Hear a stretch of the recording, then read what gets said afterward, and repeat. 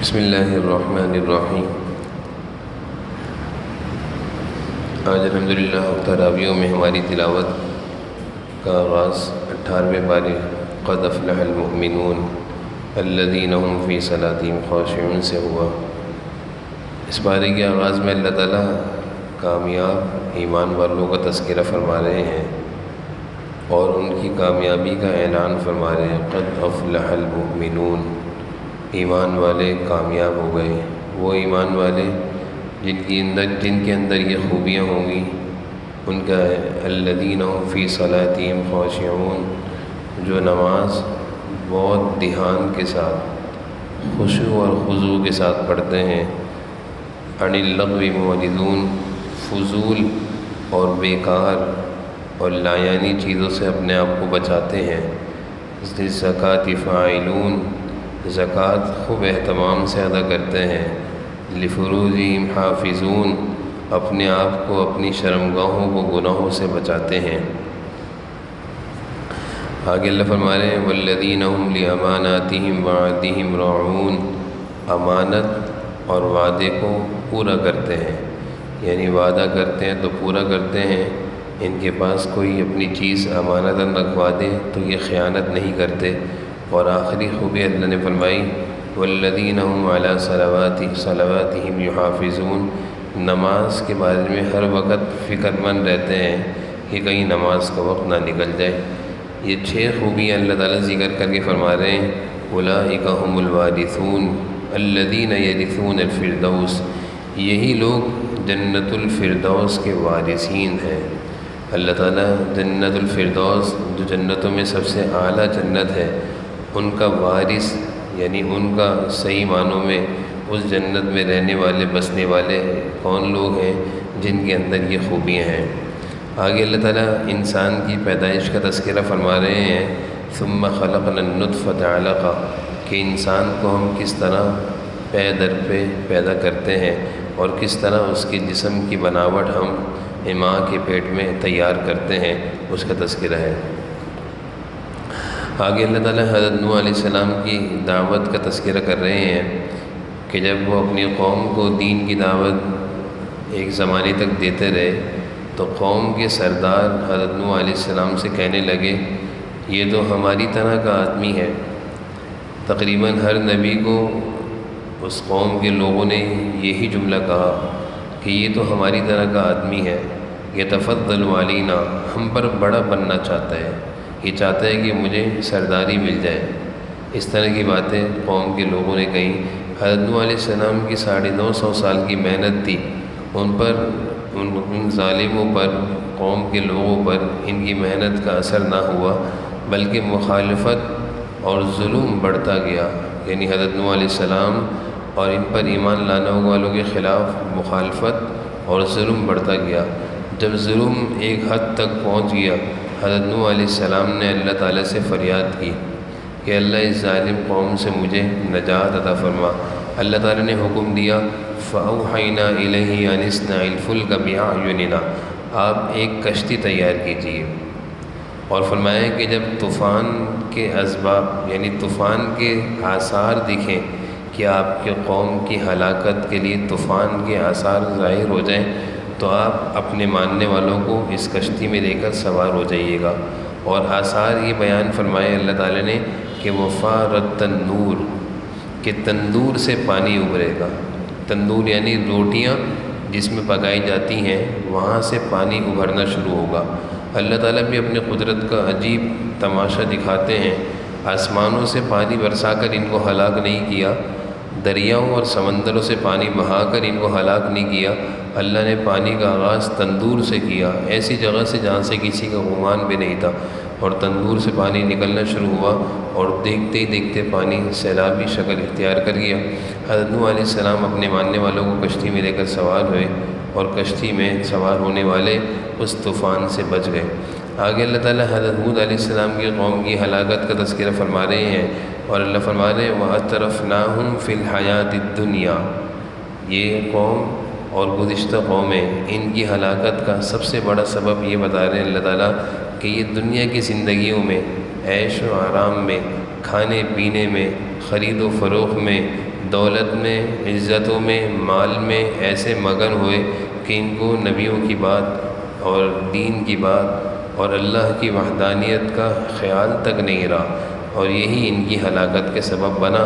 اور آج بھی مسلمانوں کی ہلاکت جو حضور صلی اللہ علیہ وسلم نے احادیث میں بیان فرمائی کہ میری امت کا فتنہ وہ مال ہے، کہ جب میری امت دنیا داری میں، دنیا کی فکروں میں، مال و دولت کی ہوس میں اور دوڑ میں لگ جائے گی تو سمجھ لو اب ان کی ہلاکت اور بربادی کا سبب آ گیا ہے۔ آگے اللہ تعالیٰ حکم دے رہے ہیں یا ایھا الرسل کلوا من الطیبات واعملوا صالحا، پاکیزہ، پاک اور حلال چیز کھاؤ، اس کا اثر یہ ہوگا کہ نیک اعمال کی طاقت بھی ملے گی اور نیک اعمال کی رغبت بھی ملے گی۔ لقمہ حلال یعنی پاکیزہ اور حلال کھانے میں اللہ نے یہ تاثیر رکھی ہے کہ اس کی برکت سے انسان کے دل میں نیکی کا جذبہ اور شوق پیدا ہوتا ہے، اور لقمہ حرام، مال حرام، سود اور رشوت اور حرام کی کمائی اور حرام کی آمدنی کی یہ نحوست ہے کہ نیکی کی رغبت دل سے ختم ہو جاتی ہے۔ یہی وجہ ہے کہ ایک گنہگار، حرام خور، حرام کھانے والا، اس کا کبھی بھی عبادت اور تلاوت اور نمازوں میں دل نہیں لگتا، اس کو وحشت اور گھبراہٹ ہوتی ہے۔ اور ایک اللہ کا نیک بندہ جو لقمہ حلال کی فکر کرتا ہو، خود بھی حلال کھاتا ہو، اپنی اولادوں کو بھی حلال کھلاتا ہو، ان کے اندر اللہ تعالیٰ نیکی کے جذبات کو زندہ کرتے ہیں۔ حدیث شریف میں ہے، جناب نبی کریم صلی اللہ علیہ وسلم ارشاد فرماتے ہیں کہ حرام کھانے کی نحوست سے انسان کا کوئی عمل بھی قبول نہیں ہوتا، کتنا ہی نیک عمل کرے، لقمہ حرام جب پیٹ میں چلا گیا تو اب کوئی عمل قبول نہیں ہوگا۔ اور ایک حدیث میں آپ نے فرمایا کہ ایک آدمی دور دراز کا لمبا سفر کر کے، پیدل سفر کر کے بیت اللہ شریف پہنچتا ہے اور وہاں جا کر کہتا ہے یا رب یا رب، اور اس کا کھانا حرام کا، اس کا پینا حرام کا، اس کا پہننا حرام کا۔ آپ صلی اللہ علیہ وسلم فرما رہے ہیں اس کی دعا کیسے قبول ہوگی، اس کا یا رب کہنا اللہ تعالیٰ کیسے قبول کریں گے۔ حدیث شریف میں ہے کہ حرام مال سے نشو و نما پانے والا جسم آگ کے زیادہ مستحق ہے، یعنی جس جسم کی نشو و نما سود اور حرام اور رشوت مال سے ہوتی ہے وہ جسم آگ کا زیادہ مستحق ہے۔ آگے اللہ تعالیٰ اپنے نیک بندوں کی خوبیاں بیان فرما رہے ہیں، اور بہت ساری خوبیوں میں سے ایک خوبی اللہ نے یہاں ذکر فرمائی، والذین یؤتون ما آتوا وقلوبهم وجلة انہم الی ربہم راجعون، کہ یہ اللہ کے نیک بندے خیر کے کام، بھلائی کے کام، نیکی کے کام کرنے کے بعد بھی ڈرتے ہیں، خوف کھاتے ہیں کہ پتہ نہیں ہمارا دیا ہوا مال اور ہمارا کیا ہوا عمل قبول بھی ہوگا یا نہیں ہوگا۔ اللہ تعالیٰ اپنے نیک بندوں کی یہ خوبیاں بیان فرما رہے ہیں۔ اللہ کے ہاں ہمارا دیا ہوا مال مغفرت کا سبب بنے گا یا نہیں بنے گا، اس پر اجر ملے گا یا نہیں ملے گا۔ اسی آیت کے ضمن میں حضرت عائشہ رضی اللہ عنہا نے حضور اکرم صلی اللہ علیہ وسلم سے پوچھا کیا یہ لوگ نیک کام کر کے ڈرتے ہیں؟ کیا یہ لوگ نیک کام کر کے ڈرتے ہیں؟ کیا یہ لوگ شراب اور چوری کرتے ہیں جو یہ ڈرتے ہیں؟ حضور صلی اللہ علیہ وسلم نے فرمایا نہیں اے صدیق کی بیٹی، نہیں، بلکہ یہ وہ لوگ ہیں جو نماز پڑھتے ہیں، روزے رکھتے ہیں، صدقات دیتے ہیں، نیک کام کرتے ہیں، اور پھر بھی ڈرتے ہیں اس بات پر کہ پتہ نہیں ہمارے یہ عمل کسی کوتاہی کی وجہ سے قبول نہ ہو، یعنی ہمارے عمل میں اخلاص کی کمی نہ آ جائے، دکھاوا اور ریاکاری نہ آ جائے اور اللہ تعالیٰ عمل کو قبول نہ فرمائے۔ تو یہ بھی نیک بندوں کی خوبی ہے۔ حضرت حسن بصری رحمۃ اللہ علیہ فرماتے ہیں کہ مومن آدمی نیکی کر کے ڈرتا ہے کہ پتہ نہیں اللہ تعالیٰ قبول کرے نہ کرے، اور منافق برائی کر کے بے فکر رہتا ہے۔ گنہگار آدمی برائی اور گناہ کر کے بھی نہیں ڈرتا، اور نیک آدمی نیکی کر کے بھی ڈرتا ہے۔ اور پھر فرمایا حضرت حسن بصری رحمۃ اللہ علیہ نے کہ ہم نے ایسے لوگوں کو دیکھا ہے جو نیکی کر کے ایسے ڈرتے تھے کہ تم برائی کر کے بھی اتنا نہیں ڈرتے۔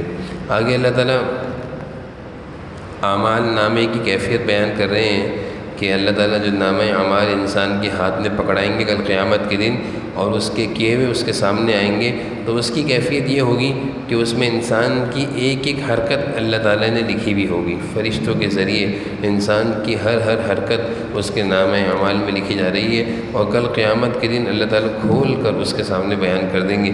آگے اللہ تعالیٰ اہل ایمان کو نصیحت کر رہے ہیں، ادفع باللتی ہی احسن السیئہ، اگر کوئی ظالم بے دین بدخواہ تمہارے ساتھ زیادتی کرے تم اس کے ساتھ زیادتی نہ کرنا، تم اس کے ساتھ احسان کرنا، تم اس کی برائی کا بدلہ اچھائی سے دینا۔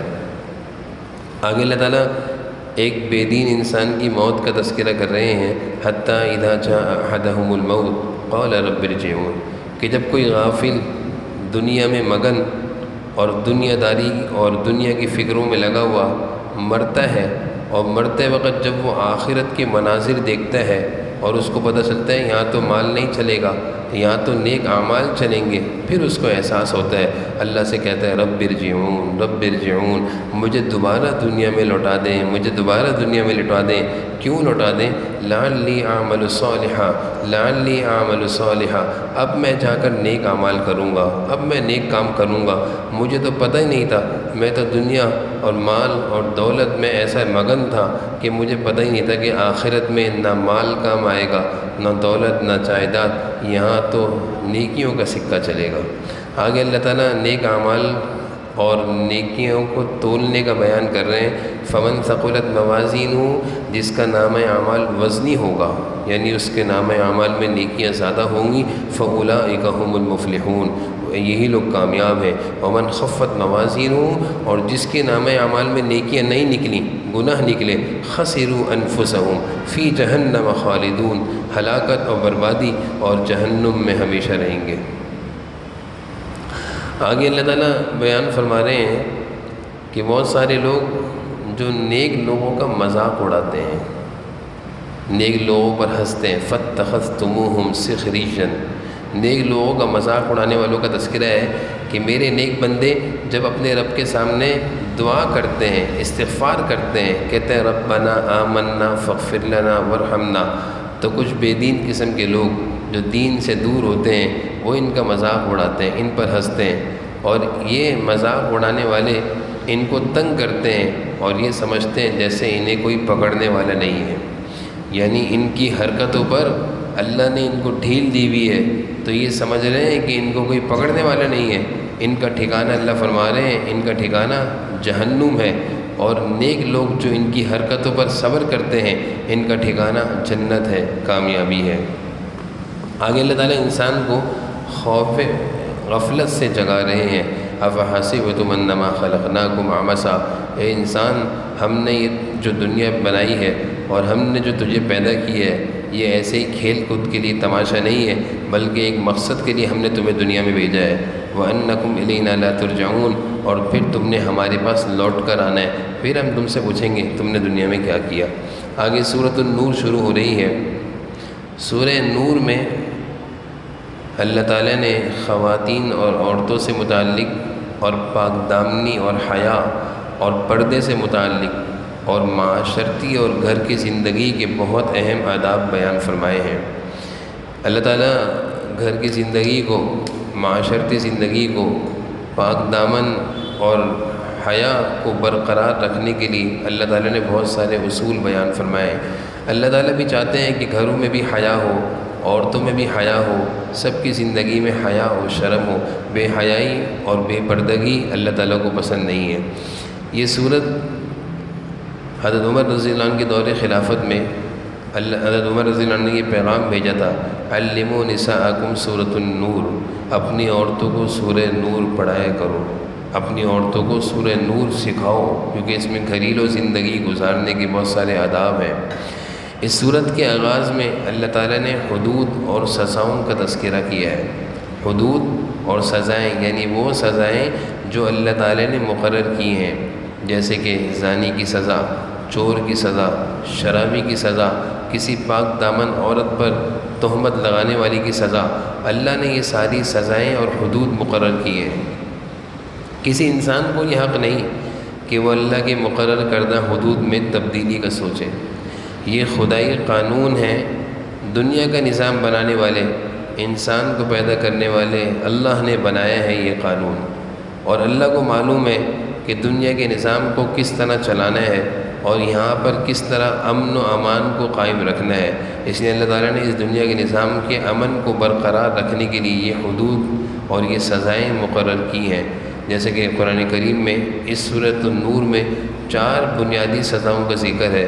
چور کی سزا کا ذکر ہے کہ اس کا ہاتھ کاٹا جائے، زانی کی سزا کا ذکر ہے کہ اگر شادی شدہ ہے تو 100 کوڑے مارے جائیں، اور اگر شادی شدہ ہے تو پتھروں سے اس کو سنسار کر کے جان سے مار دیا جائے، وہ زندہ رہنے کے قابل ہی نہیں۔ اور شرابی کی سزا کا ذکر ہے کہ اگر کوئی آدمی شراب پیے تو 80 کوڑے اس کو لگاؤ۔ اور نمبر 4، پاک دامن عورت پر اگر کوئی شخص تہمت لگاتا ہے زنا کی تو اس کو بھی 80 کوڑے مارو کہ اس نے ایک پاک دامن عورت پر جو باحیا اور باعزت عورت تھی اس کو بے عزت کرنے کی کوشش کری ہے، اس کو بھی کوڑے مارو۔ تو اللہ تعالیٰ نے قرآن میں یہ سزاؤں کا تذکرہ کیا ہے۔ آگے اللہ تعالیٰ واقع عفق کا تذکرہ کرتے ہیں۔ کچھ منافقین نے حضرت عائشہ رضی اللہ عنہا پر تہمت لگائی تھی۔ اللہ تعالیٰ نے حضرت عائشہ رضی اللہ عنہ کی برات میں اور ان کی پاک دامنی میں اور ان کی عفت کو برقرار رکھنے کے لیے اللہ تعالیٰ نے آسمان سے آیتیں اتار دی کہ عائشہ تو ایک نیک اور پارسا اور پاک دامن خاتون ہے، اس پر تہمت لگانے والے پر اللہ تعالیٰ کی طرف سے لعنت ہے۔ پھر آگے اللہ تعالیٰ اہل ایمان اور اہل اسلام کو کچھ ہدایت دے رہے ہیں ان آیتوں میں، اور ضابطہ بیان کر رہے ہیں کہ بغیر کسی دلیل کے کسی پر الزام نہ لگاؤ۔ جیسے کہ منافقین نے حضرت عائشہ رضی اللہ عنہا پہ الزام لگایا تو اللہ فرما رہے ہیں جب تک کہ کسی بات کے بارے میں تمہیں پوری طرح یقین نہ ہو اس وقت تک کسی پر الزام نہ لگاؤ۔ اور دوسرا اللہ تعالیٰ یہ بیان فرما رہے ہیں کہ برائی کا چرچا نہ کرو۔ اگر کسی برائی کے بارے میں تمہیں پتہ چلے تو اس کو معاشرے میں پھیلاؤ مت، گندگی کو پھیلاؤ مت۔ تیسری چیز اللہ فرما رہے ہیں کہ کسی برائی کا حصہ بھی نہ بنو۔ جیسے بہت سارے لوگ کسی برائی کا حصہ اس طور پہ بنتے ہیں کہ برائی کسی سنی اب وہ خود دوسرے کو بیان کر رہے ہیں۔ اور چوتھی چیز اللہ فرما رہے ہیں کہ برائی کو اپنے منہ سے بھی مت نکالو، یعنی برائی اور بری بات اور بد زبان اور بد کلام اس سے اپنی زبانوں کو محفوظ رکھو۔ یعنی 4 اصول اللہ تعالیٰ نے بڑے اہم بیان فرمائے کہ برائی جب کسی بات کا معلوم چلے تو بلا تحقیق اس پر کسی پر الزام نہ لگاؤ۔ دوسری چیز برائی کا چرچا نہ کرو۔ تیسری چیز برائی کا حصہ نہ بنو، اور چوتھی چیز بری بات کو اپنے منہ سے بھی نہ نکالو، اس میں احتیاط کرو۔ آگے اللہ تعالیٰ سمجھا رہے ہیں کہ اگر کسی سے کوئی غلطی ہو جائے تو معاف کرو اور درگزر کرو۔ الا تحبون ان یغفر اللہ لکم۔ حضرت ابوبکر صدیق رضی اللہ عنہ کو جب معلوم چلا کہ حضرت عائشہ رضی اللہ عنہا پر کچھ لوگوں نے الزام لگایا، ان میں کچھ سیدھے سادے مسلمان بھی شامل ہو گئے تھے، وہ لوگ تھے جن پر حضرت ابوبکر صدیق رضی اللہ عنہ احسان کیا کرتے تھے، یعنی ان پر خرچ کیا کرتے تھے۔ لیکن جب معلوم چلا کہ میری بیٹی پر ہی الزام لگا دیے انہوں نے، تو حضرت ابوبکر صدیق رضی اللہ عنہ نے ان پر خرچ کرنے سے روک دیا کہ اب میں ان کو کچھ نہیں دوں گا۔ اللہ تعالیٰ نے حضرت ابوبکر صدیق رضی اللہ عنہ کو سمجھانے کے لیے قرآن کی آیتیں اتاری، وَلْيَعْفُوا وَلْيَصْفَحُوا، معاف کریں، درگزر کریں۔ کیا آپ کو یہ پسند نہیں ہے کہ اللہ تعالیٰ بھی آپ کو معاف کرے؟ انسان کے سامنے قرآن کی یہ آیت ہر وقت ہونی چاہیے۔ اللہ تعالیٰ فرما رہے ہیں اگر تم دوسرے کو معاف کرو گے تو یہ اچھی بات ہے۔ کیا تم یہ نہیں چاہتے کہ کل قیامت کے دن جب تمہیں معافی کی ضرورت ہوگی تو اللہ تعالیٰ اس وقت معاف کرے؟ معلوم یہ چلا کہ جو دنیا میں لوگوں کی غلطیوں کو معاف کرے گا، کل قیامت کے دن اللہ تعالیٰ اس کو معاف کریں گے۔ حضرت شیخ الحدیث معاذ زکریا صاحب رحمہ اللہ اپنے خادم کی غلطی پر ان کو کسی بات پہ ڈانٹ رہے تھے۔ حضرت کے خادم تھے، ان سے غلطی بار بار ہوتی تھی۔ حضرت کسی بات پر ان کو ڈانٹ رہے تھے تو ڈانٹتے ہوئے خادم نے حضرت سے یہ کہا کہ معاف کر دیں، غلطی ہو گئی۔ تو حضرت نے یہ کہا میں تمہاری کتنی معاف کروں، یعنی کتنی غلطیوں کو معاف کروں؟ تو پیچھے سے مولانا الیاس صاحب رحمہ اللہ جو تبلیغی جماعت کے بانی تھے کان میں آ کر کہنے لگے حضرت شیخ سے کہ اوپر جتنی اپنی معاف کروانی ہے اتنی زمین پر بندوں کی معاف کر دو۔ ایک صحابی ابو مسعود رضی اللہ عنہ اپنے غلام پر کسی بات پر غصہ کر رہے تھے، اور ان کو اس بات کا اندازہ نہیں تھا کہ پیچھے حضور صلی اللہ علیہ وسلم کھڑے ہوئے ہیں اور آپ صلی اللہ علیہ وسلم وہاں سے گزر رہے تھے۔ آپ صلی اللہ علیہ وسلم وہاں سے گزر رہے تھے، آپ نے دیکھا کہ ابو مسعود اپنے غلام پر غصہ کر رہے ہیں۔ آپ نے کہا اعلم ابا مسعود، اے ابا مسعود اس بات کو جان لو آج جتنی تمہیں اس غلام پر قدرت حاصل ہے اور اس قدرت کی بنیاد پر تم اس پر غصہ کر رہے ہو، کل قیامت کے دن اللہ تعالیٰ کو تم پر اس سے زیادہ قدرت حاصل ہوگی۔ ابو مسعود صحابی گھبرا گئے اور فوراً اس غلام کو چھوڑ دیا اور حضور صلی اللہ علیہ وسلم کے پاس آئے، اللہ کے رسول اب میں کیا کروں، مجھ سے تو غلطی ہو گئی، آپ نے کہا کہ اس غلام کو آزاد کر دو۔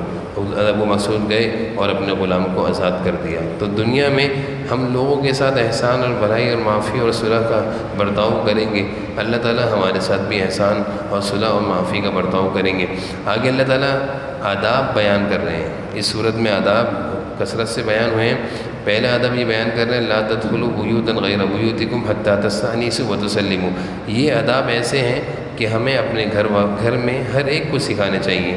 اللہ فرما رہے ہیں جب گھر میں داخل ہو تو اجازت لو اور سلام کرو، یہ بنیادی ادب ہے، گھر میں داخل ہوتے ہوئے اجازت لینا، سلام کرنا۔ ایک صحابی حضور صلی اللہ علیہ وسلم سے کہنے لگے کہ میرے گھر میں روزی کی تنگی ہے، آپ صلی اللہ علیہ وسلم نے ارشاد فرمایا جب تو گھر میں داخل ہوا کر تو سلام کیا کر اور سورہ اخلاص پڑھا کر۔ وہ صحابی کہتے ہیں جب سے میں نے یہ شروع کیا کہ جب میں گھر میں داخل ہوتا ہوں سورہ اخلاص قل هو اللہ پڑھ کے اور سلام کر کے، چند ہی دنوں میں نے دیکھا کہ میرے گھر میں روزی کثرت سے اللہ تعالیٰ نے روزی میں برکتیں ڈال دی۔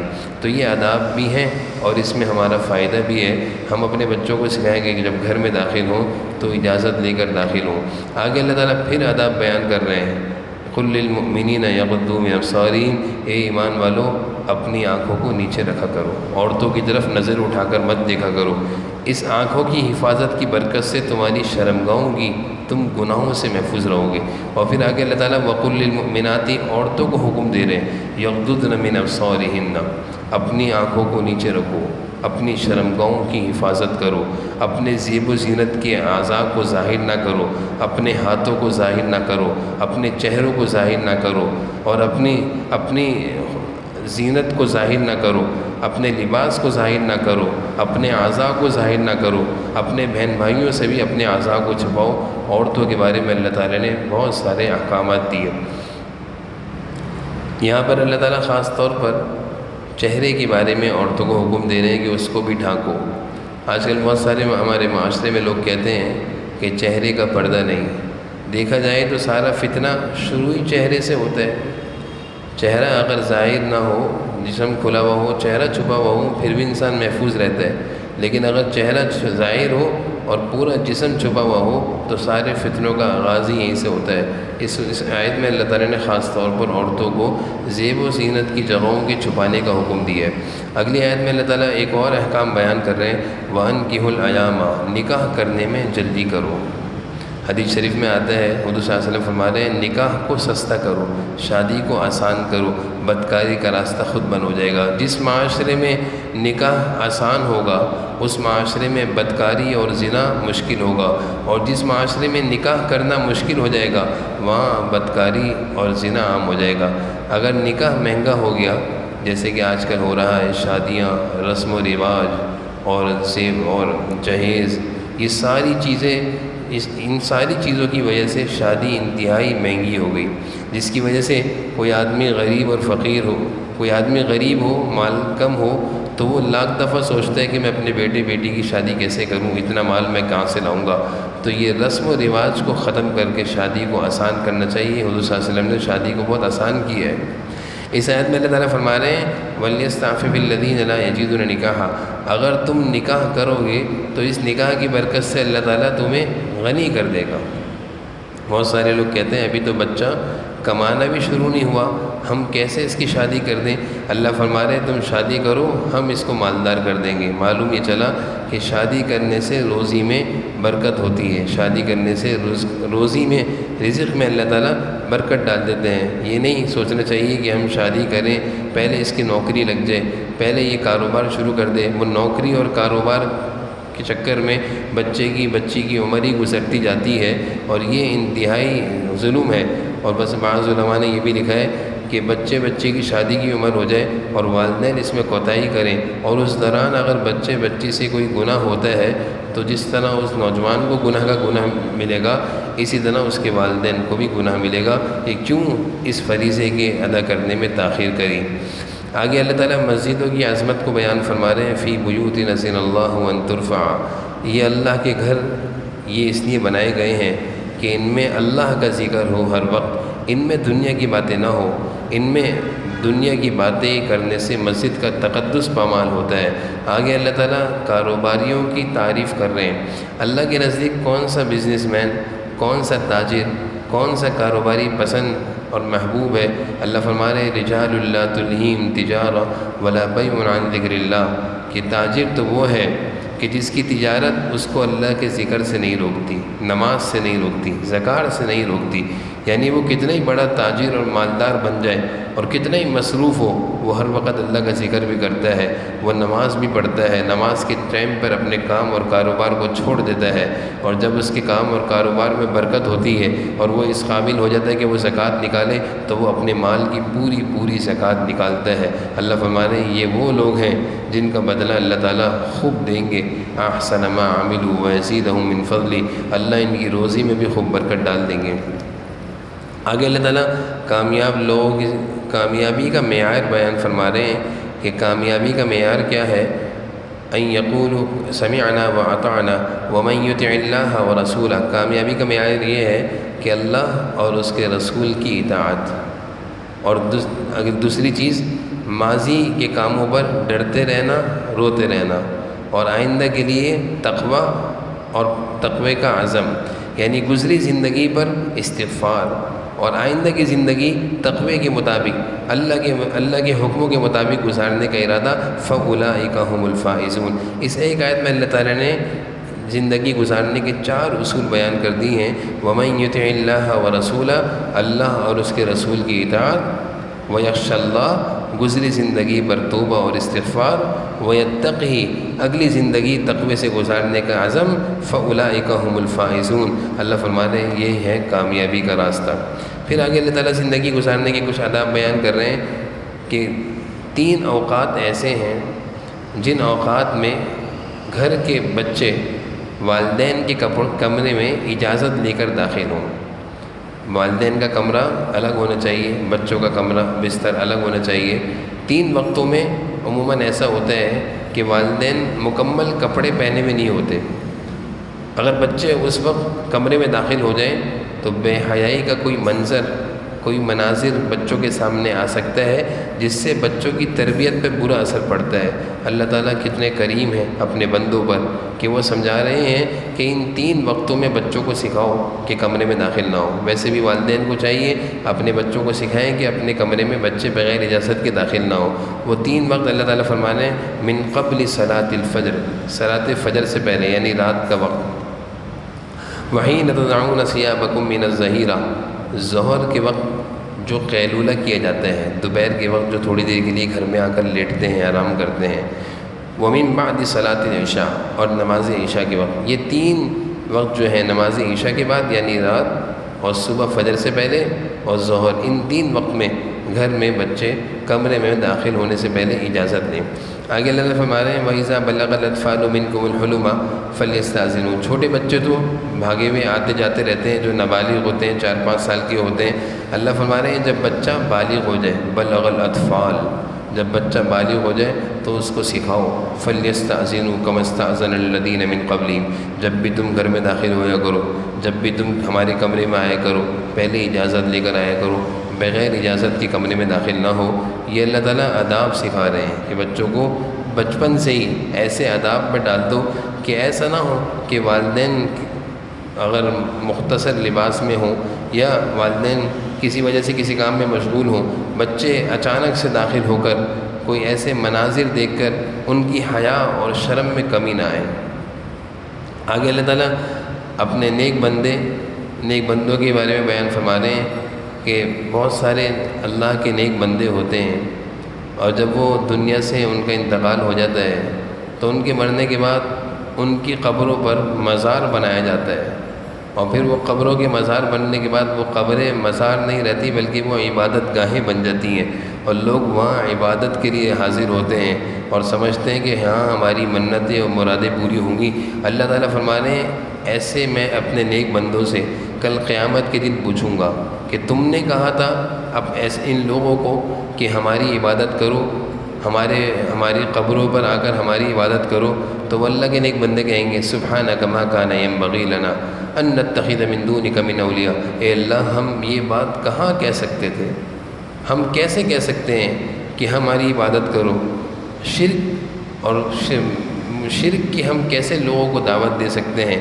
بلکہ یہ لوگ خود اپنے عمل سے ہماری قبروں پر آ کر عبادت کرتے تھے، ہم نے ہرگز ان کو اس طرح کرنے کا نہیں کہا تھا۔ تو یہ بھی گمراہی کا راستہ کھولنے کا ایک ذریعہ ہوتا ہے کہ پہلے قبر بنتی ہے، پھر مزار بنتا ہے، پھر وہ عبادت گاہ بن جاتی ہے، اور پھر لوگ اللہ کو چھوڑ کر اس قبر پر آ کر اپنی منتیں اور مرادیں پوری مانگتے ہیں۔ اور وہ قبر والا کیسے مرادیں پوری کرے گا؟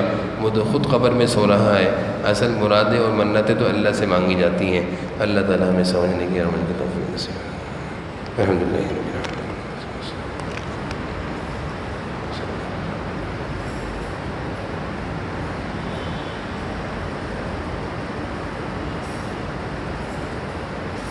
صلی اللہ تعالیٰ علیہ وسلم۔